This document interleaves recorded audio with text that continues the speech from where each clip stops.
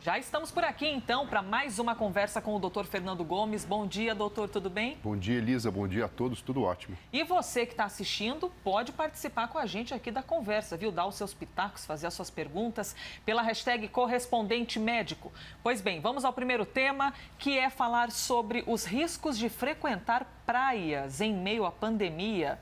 Depois das aglomerações que nós vimos no último fim de semana, muito no Rio de Janeiro e também no sul do estado de São Paulo, como essas imagens aí que estão mostrando, a Polícia Militar confirmou que vai reforçar o número de agentes durante este feriadão prolongado de 7 de setembro.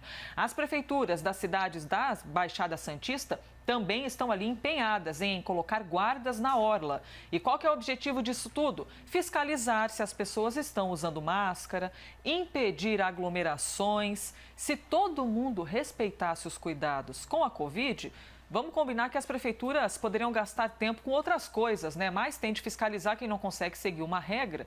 Doutor, quais são os riscos reais de frequentar uma beira da praia? As pessoas dizem, puxa, se o shopping está aberto e é um lugar fechado, por que eu não posso ir para a beira da praia, que é um lugar aberto? Não diminuiria o risco?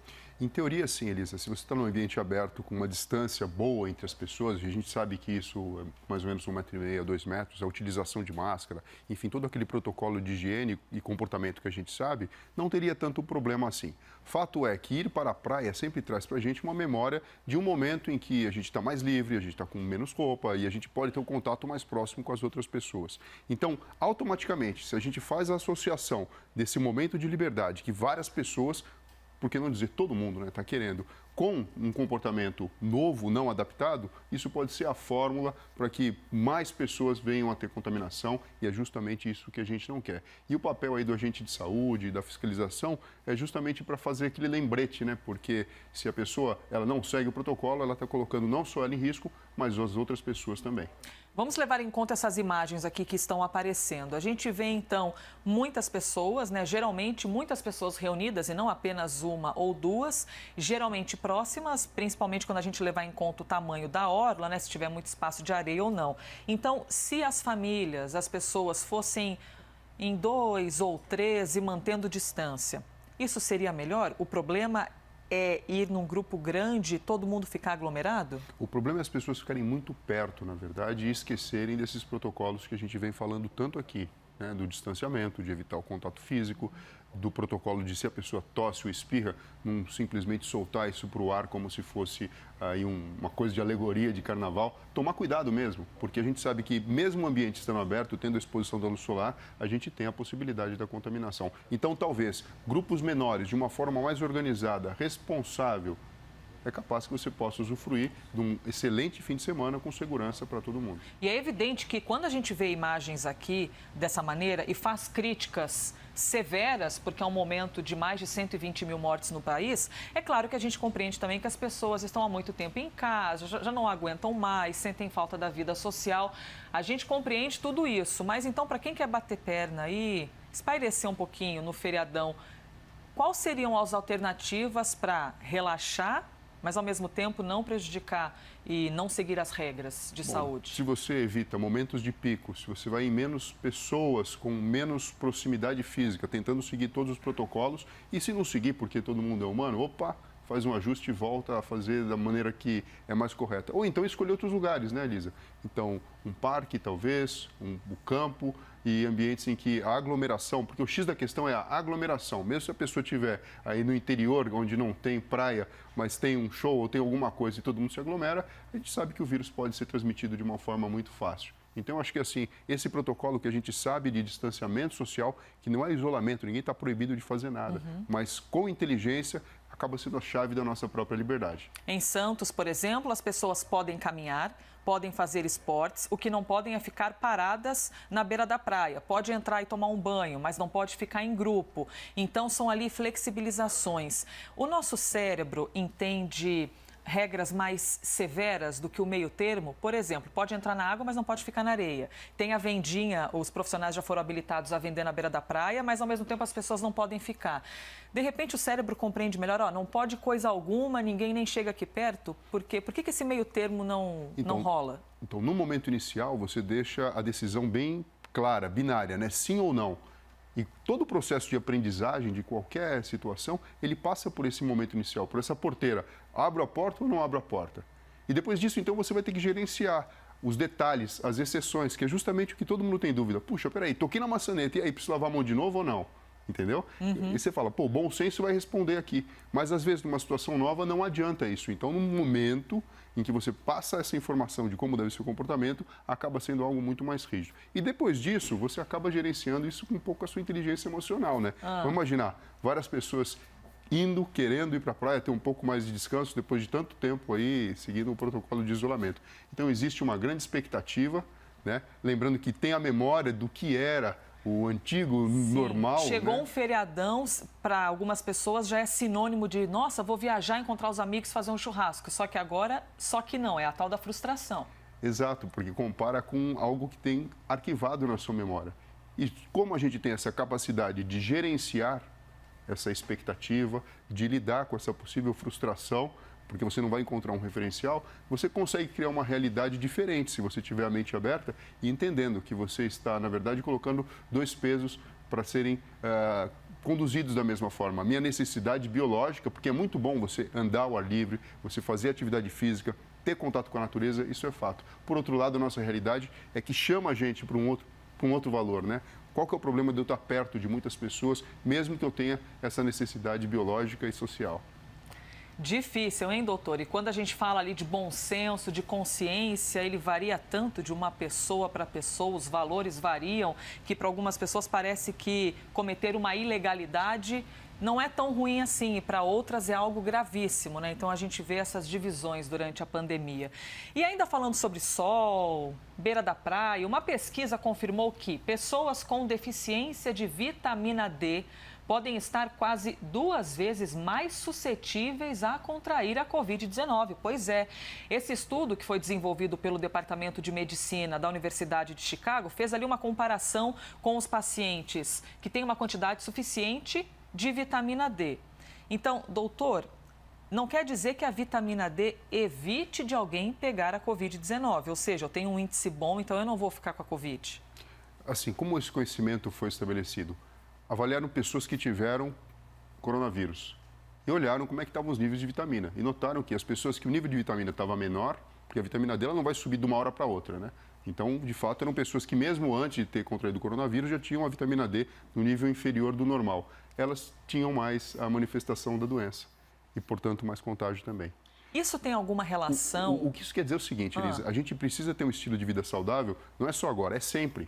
Porque essas pessoas, de alguma forma, mostraram para a gente um ponto vulnerável, onde se você tivesse com a sua vitamina D ok, talvez não tivesse desenvolvido todo o quadro da doença. Quando a doença chegou, pelo menos aqui no Brasil, lá em março, havia uma expectativa de o Brasil não vai sofrer tanto, ou de repente pode não sofrer tanto, porque é um país tropical, tem lugares muito quentes, então a doença, com quem tem níveis maiores de vitamina D, pode não chegar até essas pessoas. Mas aí, quando a doença chegou, a gente viu lugares como o Ceará, por exemplo, tendo um índice altíssimo de número de casos e de morte. Isso traz ainda alguma reflexão em cima desse assunto, por essa questão do levantamento em cima da vitamina D? Bom, isso mostra para a gente que existe uma série, uma miríade de possibilidades, de fatores de risco, de benefício, de proteção dentro da biologia do corpo humano em relação ao coronavírus.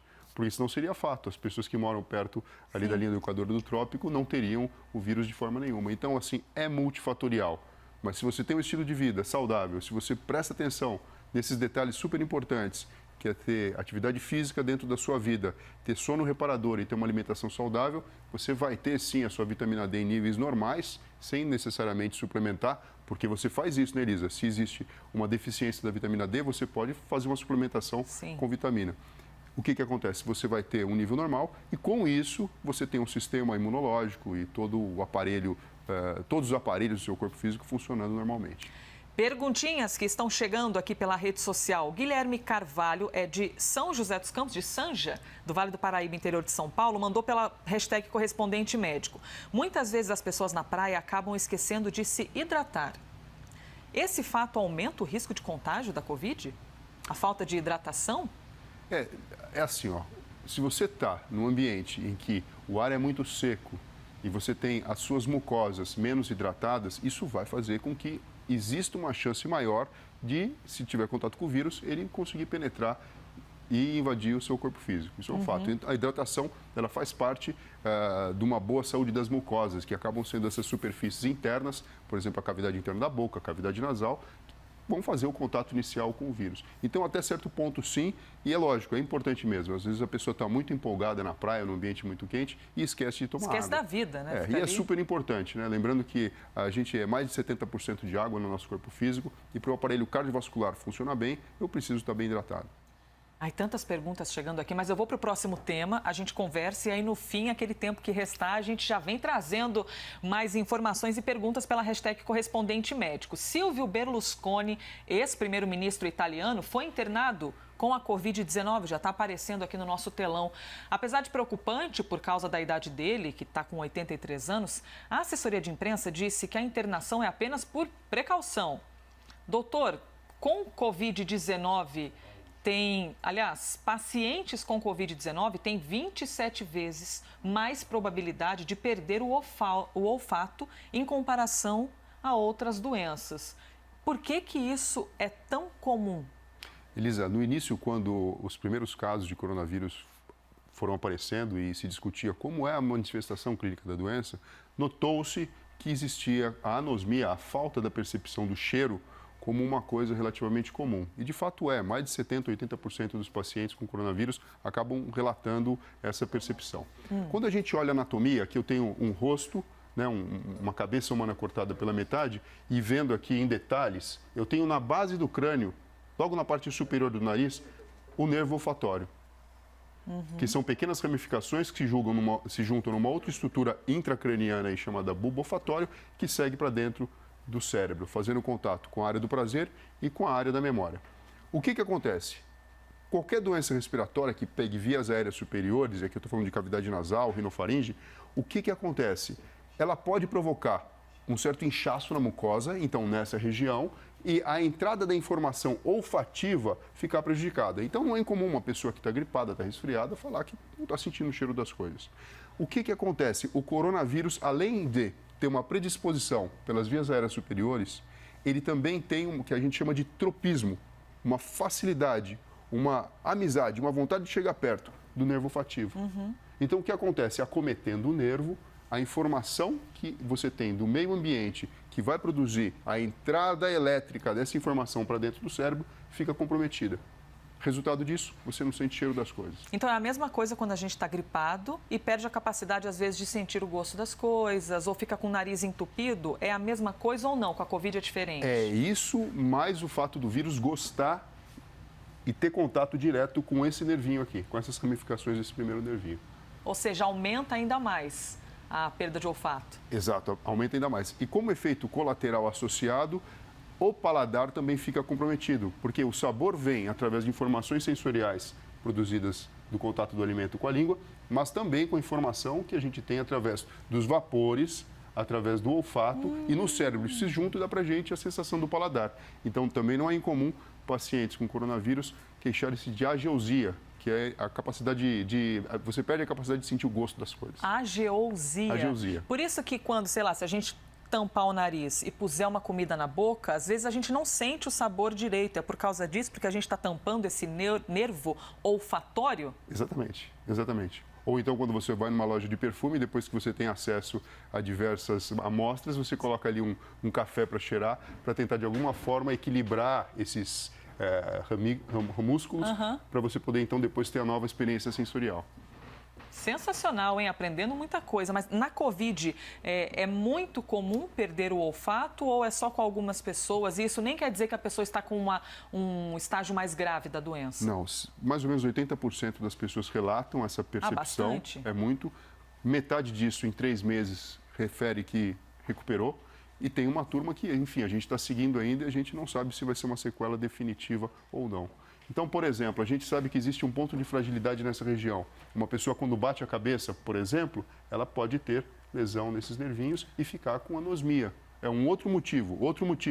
Um indivíduo com tumor cerebral que acometa essa região do bulbo olfatório também pode perder o cheiro de uma forma definitiva. Agora, o que o coronavírus traz para a gente é essa discussão. Será que vai existir uma sequela definitiva em pessoas que tenham perdido o olfato? Fica aí a questão. A ciência há de responder em breve. Participações chegando aqui para a gente. O Lineu é de Guarulhos, aqui de São Paulo, e perguntou: quais são as doenças causadas pela carência da vitamina D? A gente pode ter várias, né? A mais comum, que acaba comprometendo as pessoas da terceira idade, é a osteoporose. Por isso que a gente fica muito atento em relação a isso. E outra coisa, né? Doenças infecciosas, elas merecem um paciente que tenha vitamina D em níveis adequados, para que o seu sistema imunológico funcione de forma adequada. O Fênix está perguntando aqui, ó, pela hashtag correspondente médico. Existe um tempo médio diário ideal de exposição ao sol para poder pegar a vitamina D? Ele é de São Pedro dos Ferros, em Minas Gerais. Olha só, a pergunta dele é excelente. Não é um dia que você vai para a praia, depois de tanto tempo sem tomar sol, que sua vitamina D vai ficar bombando. Vai ficar 10 horas lá debaixo do sol. Não, justamente o contrário. É o lance da exposição crônica, a exposição diária. Então, 10 a 15 minutos por dia de exposição à luz solar é suficiente para o decorrer da sua vida você ter níveis de vitamina D de forma normal. Mas exposição solar mesmo, né? Não adianta ficar só com o rostinho, tem que ter contato do sol com a própria pele. Para encerrar, eu pego carona nessa questão.